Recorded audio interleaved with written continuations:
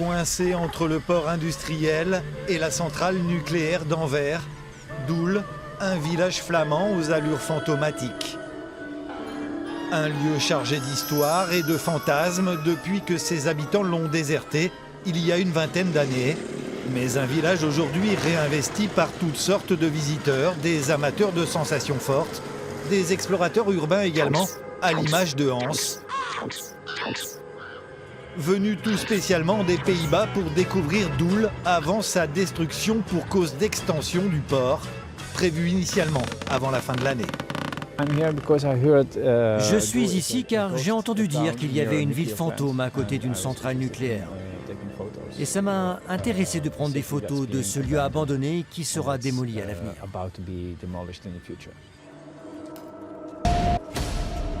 Un spot de toute beauté pour des chasseurs d'images venus de toute l'Europe.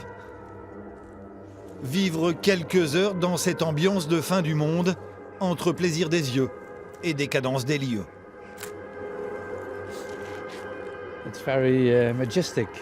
C'est vraiment majestueux. Et c'est très très chaud. C'est très étrange de se dire que les gens ont abandonné cet endroit et que les maisons sont toujours là. Je trouve que c'est très très étrange. Quelques habitants toutefois ont refusé de quitter les lieux. Comme Sabine, ils sont une petite vingtaine d'irréductibles qui résident encore à Doel, avec l'espoir qu'un jour, le village puisse renaître de ses cendres. On n'est pas tout seul. On a plein de visiteurs les week-ends. Des photographes, des gens qui font des films.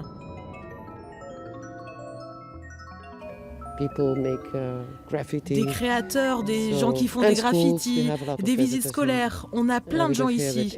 On est à peu près 18 personnes à vivre là. Tout le monde se connaît, donc on n'est pas seul.